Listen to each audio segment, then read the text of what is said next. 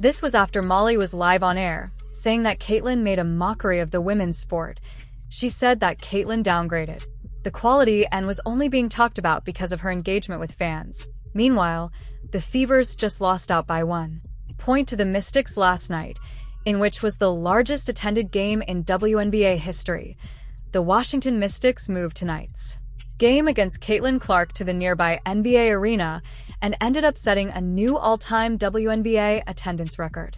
It's impossible to overstate what Caitlin Clark has done for the WNBA. Simply incredible. Just look at that attendance. Caitlin Clark has become a household name, filling stadiums and captivating audiences across the country. But why are some sports analysts, including ESPN's Molly Karam, claiming that Clark's incredible skills are downgrading the sport even when the numbers suggest otherwise, as Caitlin Clark continues to put up insane stats every game? Questions about her impact on women's basketball grow. Has she really brought in fans just for attendance, or has she also raised the bar for the level of play? And what about the comments from other players like Angel Reese, who believe they've made the sport bigger in reality? Is it Clark's dedication and sheer talent that's revolutionized the game? In recent years, Caitlin Clark has emerged as a revolutionary figure in women's basketball. Her performances on the court have garnered widespread attention, but this attention hasn't always been positive.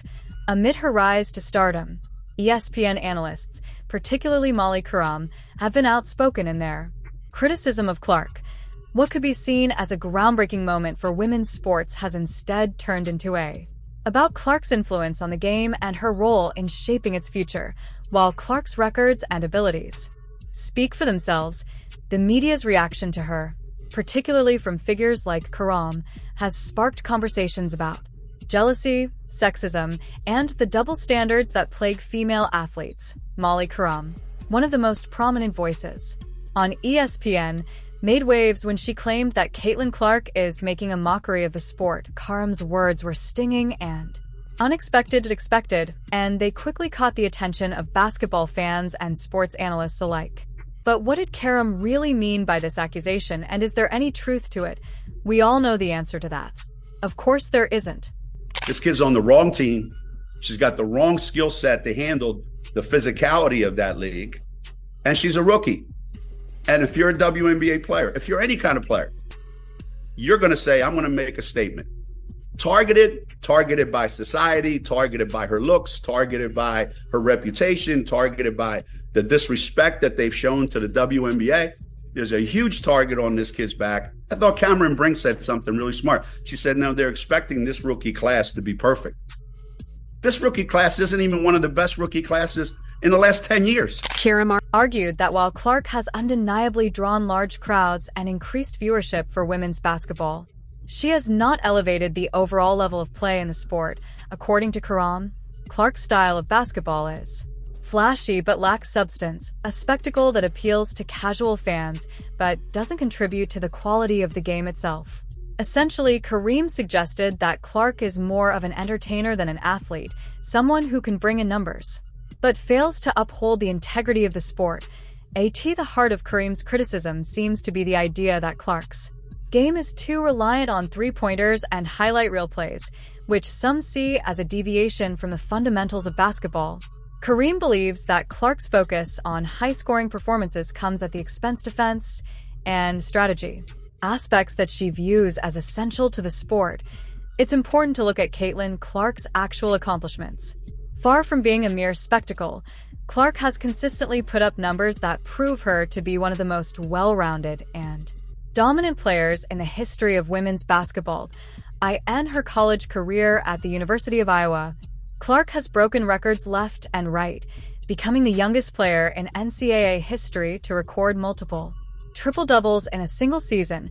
She's not just a scorer. Though her scoring ability is remarkable, she's also an incredible passer, regularly leading her team in assists. Her basketball IQ is off the charts, allowing her to see plays develop before they happen and make passes that leave both defenders and fans in awe. The claim that Clark's game is merely about entertainment falls apart when you look at the statistics. She doesn't just shoot three-pointers. She creates plays, breaks down defenses, and controls the tempo of the game in for players her age. And it's not just her offensive game that shines. Clark is also a tenacious defender, often guarding the opposing team's best player and leading her team in steals.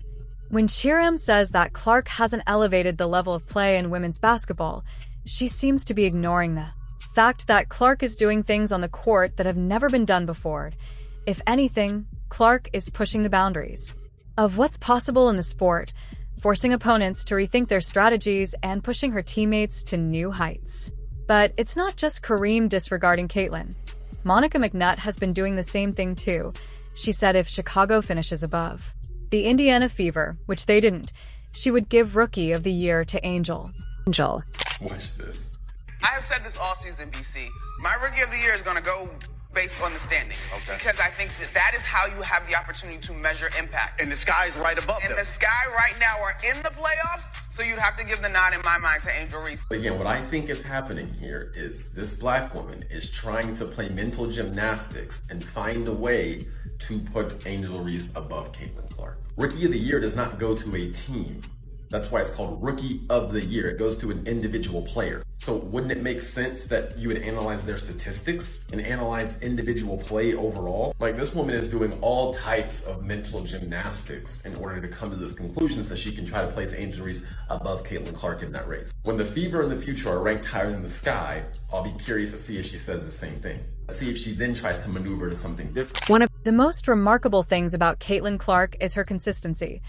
Game after game, Clark puts up the kind of numbers that would make any analyst rethink their criticism. In the 2021 to 2022 season, for example, Clark averaged 27 points per game, along with 8 assists and 7 rebounds. These are MVP caliber numbers in any league, let alone in college basketball, where the level of competition is intense. Clark has routinely scored 30, 40, even 50 points in games, carrying her team to victory time and time again. When Karam and others criticize Clark for being more of a show than a serious player, they seem to be ignoring the fact that Clark's performances are not just for show, they are essential to her team's success. Iowa wouldn't be where it is without Clark, and her ability to put up huge numbers isn't a sign that she's playing for herself. It's a testament to her importance to the team. Clark's records speak for themselves. She was named unanimous first-team All-American, the first player in Big Ten history to record 1,000 points and 200 assists in a single season, and she's broken nearly every scoring record for her age group.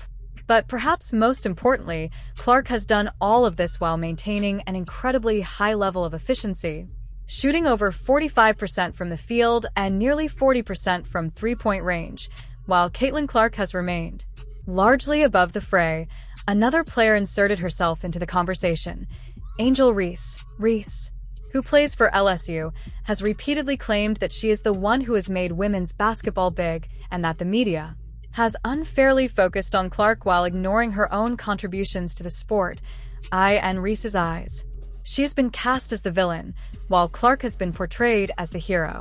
Obviously, people don't understand, like, if they think it's personal, but when I get between the lines, if friends or anything, if my teammate right here went to play for another team, I'm going to be competitive, I'm going to talk trash to her just because I'm super competitive and that's what we do. But off the court, we're going to kick in and have fun. So I think that's a part of the game, and just trying to normalize, like, trash talking is okay, but not taking it personal off the court. And obviously that has become a thing, and people are just trying to make it seem like it's something. But I love Caitlin, I love her game, and I admire everything she's done. But is this narrative accurate? Or is Reese simply trying to keep herself in the spotlight by painting Clark as her rival? Many fans and analysts believe that Reese's attempts to position herself as the villain are little more than a ploy for attention. While Reese is undoubtedly a talented player in her own right, her accomplishments pale in comparison to Clark's. Reese's claim that she is responsible for the sport's growth seems to be more about self-promotion than reality. At the same time, it's worth noting that Caitlin Clark has never engaged in any public feuds with Reese or any other players. Clark has always been respectful in interviews, never calling out other players or seeking to create drama. And yet, despite her professionalism, Clark continues to be portrayed in a negative light by some members of the media, while Reese, who has actively courted controversy, often gets a pass. This dynamic is frustrating for Clark's fans, who feel that she's being unfairly targeted simply because of her success. It's as if the media is determined to find a flaw in her game or her character, even when none exists. And while Reese may enjoy playing the villain, it's clear that Caitlin Clark has no interest in engaging in such theatrics. She's focused on one thing and one thing only: winning basketball. People are watching women's basketball right now.